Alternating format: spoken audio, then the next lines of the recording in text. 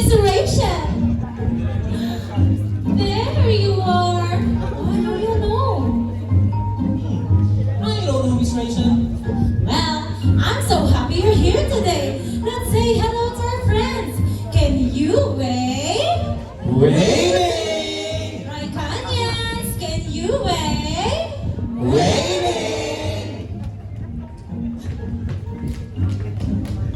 I'm sorry, Miss Rachel, for being late. I overheard on my way here that our school might be shutting down. Yeah, Miss Rachel. I heard it too. That's a big question, but let me tell you right away, our school isn't shutting down. Ah, those faces telling me you're feeling a little unsure, but that's okay. That's what we call big feelings. Big feelings?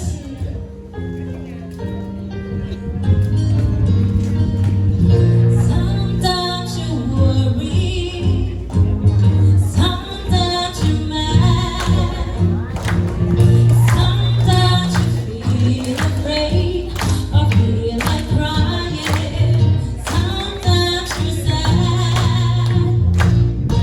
Big feelings are okay, it's okay to have big feelings. Thanks, Miss Rachel. But can you tell us what's really going on? Of course. Let me show you something very important. Let's open it together. So here's the situation.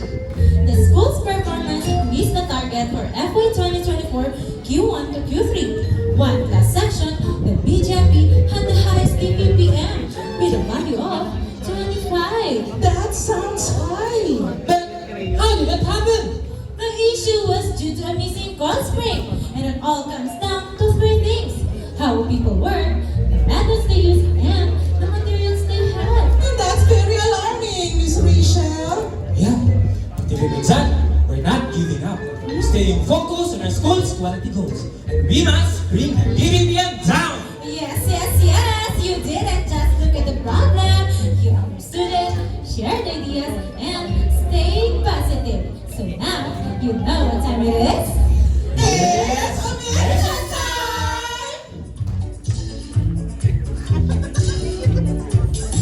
It's just the way we gotta do.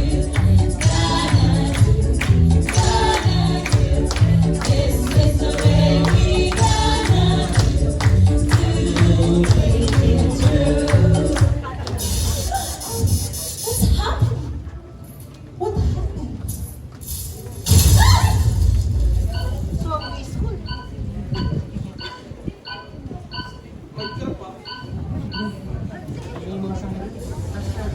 Hello friends, my name is G. And welcome to Minecraft World of Solution. Minecraft World? I believe so. You opened the door to creating solutions. Right. From the very beginning, you caught my attention. That's why I'm here to help you. Let's start finding more answers. Look here. I pulled up your BJP process flows. We found that insulator assembly and pull assembly are the root causes. The first and final visual inspection, those were the skip points. And the big issue, missing cosmic defects discovered during OQC inspection. Now, it's time to dig deep and discover our potential causes. Definitely, the high DPPM in BGFP was contributed by missing cost spring with an actual of 9 from the total of 25. And that's above our 3.5 target for FY 2024 Q1 to Q4. But now that we know this, it's time to take actions. Aha! La la la la la, yeah. Seeds are the blind on the hitting there. Seeds are the blend and it's reaching the sky. Love by love to fix what's wrong. Building solutions to get it strong. Yes, then let's identify the root causes. Right! Let's start finding some solutions. But remember, every idea is like a hidden diamond lamp. Inside it is the answer we need. What is the root cause of missing cosmic defect? There were inconsistencies of man in placing and counting of cost springs, and the self-steps weren't followed. Additionally, coil spring were not placed evenly right between the cover and insulator B. This made the manual pressing step uneven. And lastly, the coil spring is longer than its coil spring slot due to its design. And why it was not detected? Because the people didn't always check carefully. That's why I think we need to widen our potential causes. Great job finding clues. Now let's check if these are the real causes. We'll use our special culture test to help us. Right? We checked the alert process and found that missing coil spring really showed up there. And that is a true cause and controllable. And we also did a spot check on our assembly step. Found out that sometimes steps weren't being followed exactly. That's why inspections were missed. But that's another true cause and controllable. Yes, the checking of process and coil spring isn't consistent. And guys, that breaks our work instruction. Definitely, this is a true cause and Controllable. Awesome teamwork. If the coil spring aren't aligned right between the cover and insulator B, they can pop up like a piston pushing the rope lock. And that's another true cause and controllable. additionally, the coil spring is too long on its coil spring slot. Definitely, this is a material change and we cannot change about it. Definitely, this is a true cause, but Not controllable. Brilliant ideas, team. But you know what's next? Let's get ready to rock our smart goals and build improvements block by block. Smart? we were very specific. We will eliminate the missing coil spring defect to be the JFP products. Measurable. This is improved by DPPM by 61% from 9 down to 3.5. Guys, actually, this is a challenge. We will eliminate those problems with a certain goal, and we will attain this one. Relevant? Of course we need this. This is all about quality. And lastly, Port Sunbelt will finish all changes by March 2025. With this plan, we reduce the missing cost spring by 61% from 9 down to 3.5. But remember, even the best crafted plans need to be tested with strong error proofing. Now that we've set our smart goal, it's time to choose the best way to reach it. How about we'll use our creative matrix to decide what works best? Here's the challenge. We will automate the coil spring installation process. Everyone, our decision is go! We will add manpower to conduct the pre-check. Actually, what is the verdict?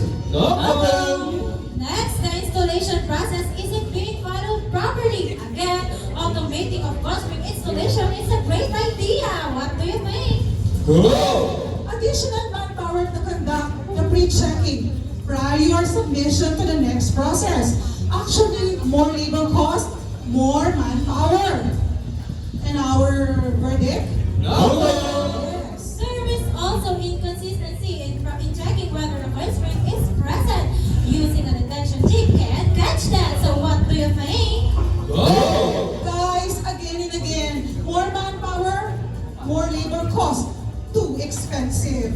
No! The manual pressing step causes uneven force. Let's use an assembly jig with a stamper to attain constant force. No guessing, no mistake. Are we locking this in? Go! And also, we can consider the automation of full assembly process. But remember, it will cost higher. So what do you think? No!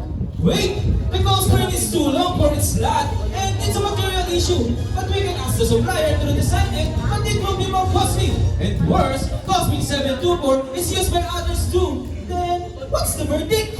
No! Guys, we've made a great progress.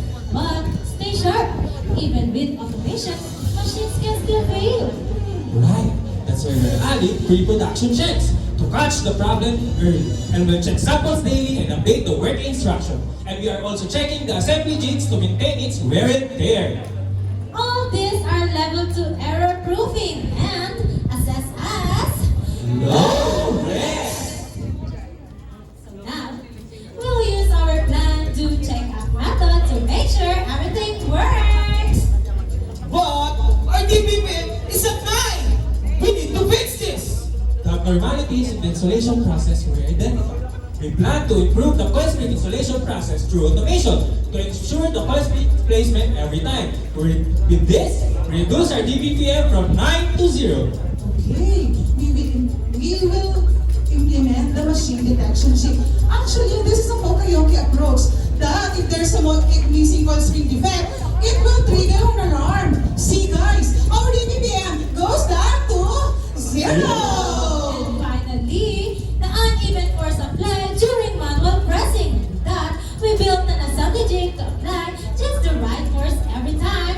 And guess what? Our DPPM also hits 0. Ha ha ha! This is how real builders work. We find the cause, build the solution, that's how we level up. We'll also document all our best solutions, revise works instructions, and lastly, train all new operators, that tutorial for new players.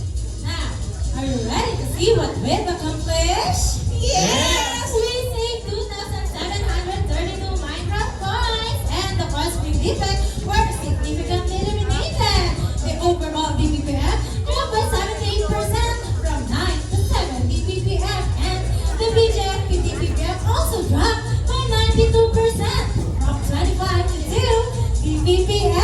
Yes, additionally, our efficiency improved from 100% to 102%. The man hours reduced by 76%. Assembly speed from 25.18 seconds in just 6 seconds. Guys, we made it! Mission accomplished!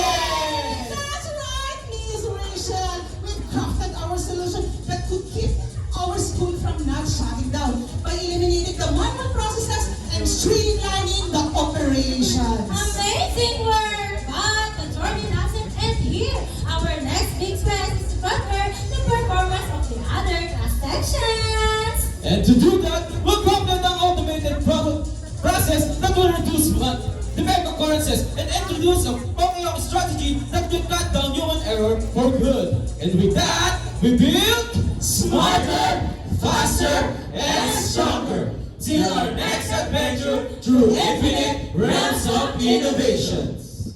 Friends, can you sing with us? If you're happy and you know it, clap your hands. If you're happy and you know it, clap your hands. If you're happy and you know it, and you really want to show it. If you're happy and you know it, clap your hands. If you're happy and you know it, clap your hands. If you're happy and you know it, clap your hands. If you're happy and you know it, and you really want to show it. If you're happy and you know it, clap your hands. Wait! Beat me something!